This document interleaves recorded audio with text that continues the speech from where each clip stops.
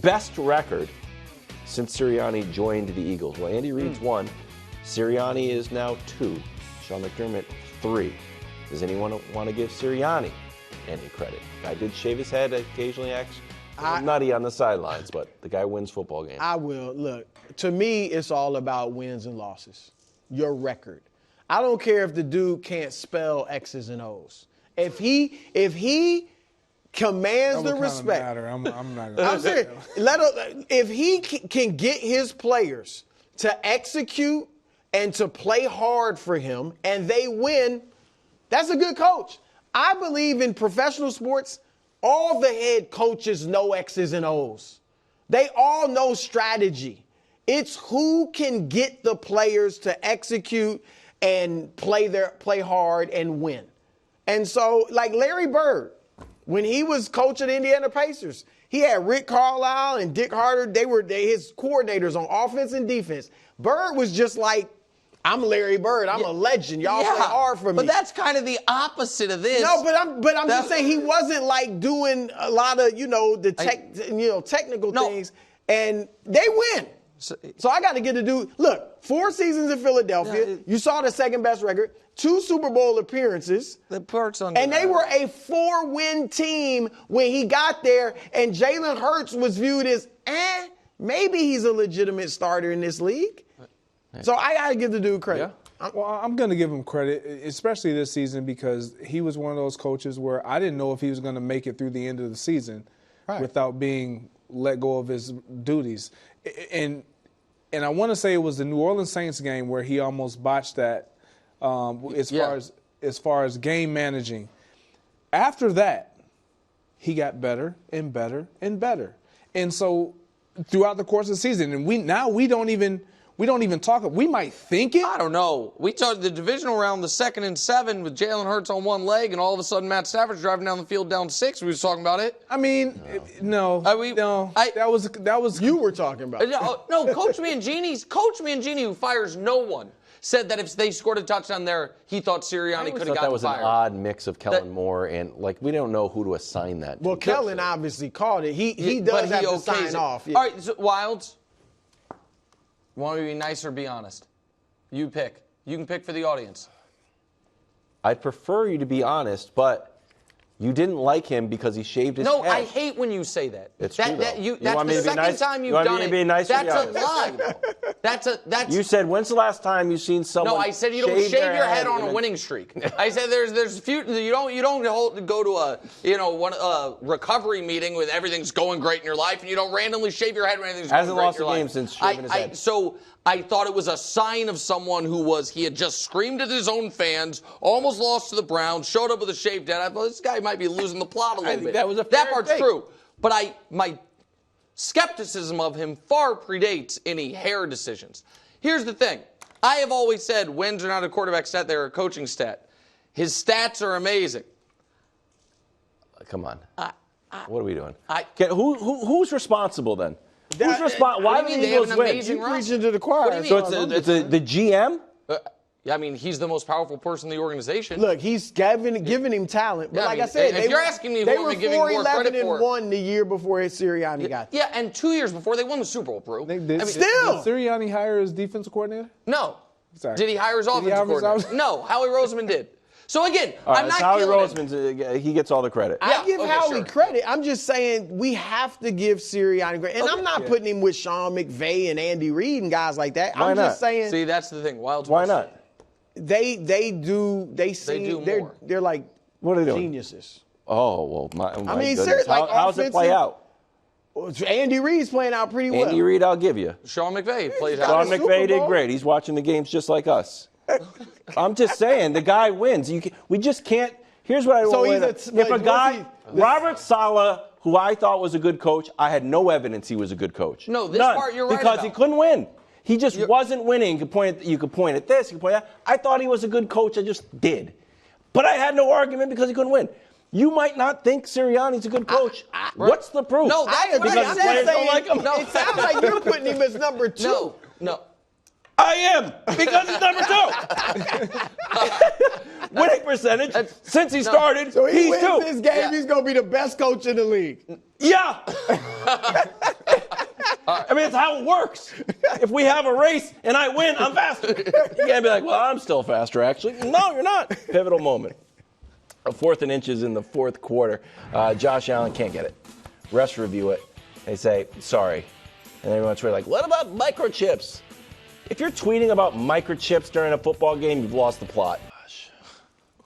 What? Wow, you broke a pencil. Wow. We weren't good enough. That's all I need to hear. Well, they did. I'm assuming, they asked him the question. Yeah, I'm not going to get into that. We didn't play good enough. If it's a debate, we didn't get it.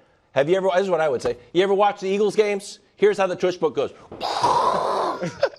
There's tons of people pop up. Oh, where are we? Where's the first down marker? Oh, it's back there. Well, this one, you look at it, we put a microchip in it. Well, what if we put AI in it? Shh, be quiet. You see Jalen Hurts, they push everybody. Everyone pops up like, what the heck's going on? Well, if you look at this angle. I'm kind of with you, Wop. Thank you. It was kind of tough because and that angle's that angle right there is useless because it's not straight overhead. Yeah, but in parts of that post-game interview, like he did say, look, we didn't have. What about Taylor Rapp? If you guys would have had Taylor Rapp and Benson went down, he was like, look, guys, those are a bunch of excuses. Right. Like we're not about excuses, and then to kind of explain that. But I understand him explaining it. What I don't understand is why they continue to do it. Thank you, Greg. Go ahead. Why they continue to do it. Because you saw clearly, and again, this goes back to if I'm expecting my players in a championship, conference championship game to play at a championship level, to deliver championship level effort, I better meet them with that same effort and level of coaching and preparation. You clearly didn't prepare. Because I get it. It worked all season long, and it worked for you in the postseason. But once you saw that this team in Spags and that defense figured it out, you didn't have a spinoff. Correct. You didn't have an adjustment. You got a spinoff called James Cook. And I'm not just saying on the 4th and 1, but other plays, where you maybe don't end up in that situation. And I said it earlier, and this is going to sound funny. No one was watching TV. No one could have said, hey, we just heard Tony Romo say, they know you're going left, Josh. Go right this time. I'm just saying, every single time he went left, and the Chiefs knew it. I know we're going to talk more tush push than the Eagles in a second.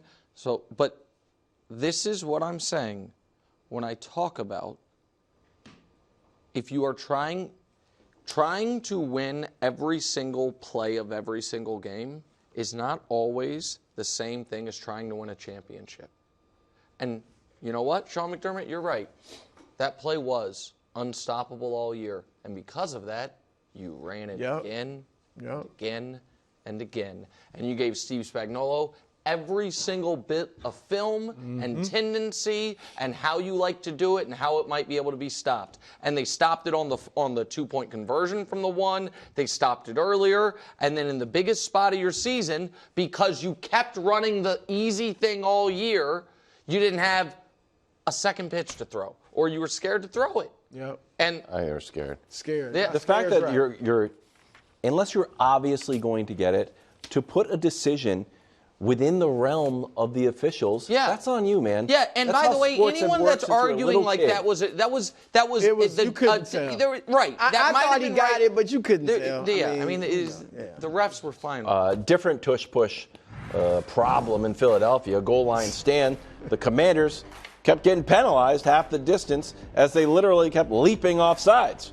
Refs were on the verge of gifting the Eagles a touchdown. Thank God that didn't involve for unsportsmanlike conduct. At the same time, Jalen's doing a hard count. He's like, well, it's not unsportsmanlike. Guy's trying to get us off. Exactly. So what do you make of this? Greg, go ahead. I was frustrated. This was the first time I'm like, get this play out of here. Thank you. Get this, because, and it really revolved around the explanation of, as if they were intentionally trying to. Yes, they're trying to. I thought the second was one. No, he's trying to time it. They're trying to. That's all they're trying to do is time it, because the defense isn't allowed to tush push. Right. But the offense can. So it's like, I get it. We're predicated on seeing more offensive plays.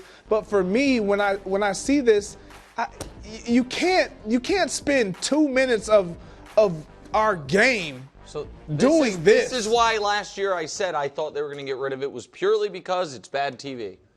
And now what I will say is what helps the Eagles' case and why they maybe wouldn't get rid of it is because Buffalo failed.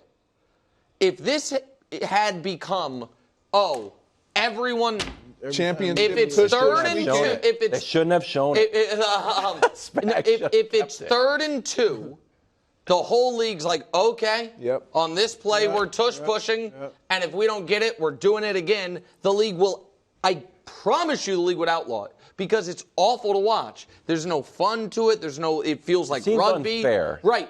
But the fact that only Philly can do it with consistency, I think makes the league hesitate to outlaw it because it's like, well, it must not be that easy because Jason Kelce retired, Cam Jurgens got hurt, the backup Dickerson's in, then he gets hurt, you have an injured Cam Jurgens in, and they're getting it, and so... I'll give you another reason, though. Luvo jumping over the pile to time it, the first time he hit Jalen. Yeah. Like, so, a quarterback could get hurt. Jalen's looking down. He's not expecting that, and he just flies into him. So an injury risk as well if guys are going to start trying to time it. But they've got no... I felt like it needed to be gifted to have a fork in the road moment.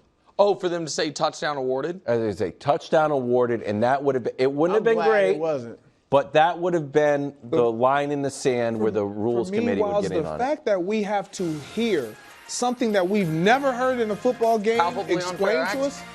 Come on. Like, come on. It's to prevent a coach from running on the field and punching a player. That's why it's there. Oh, was it Woody Hayes?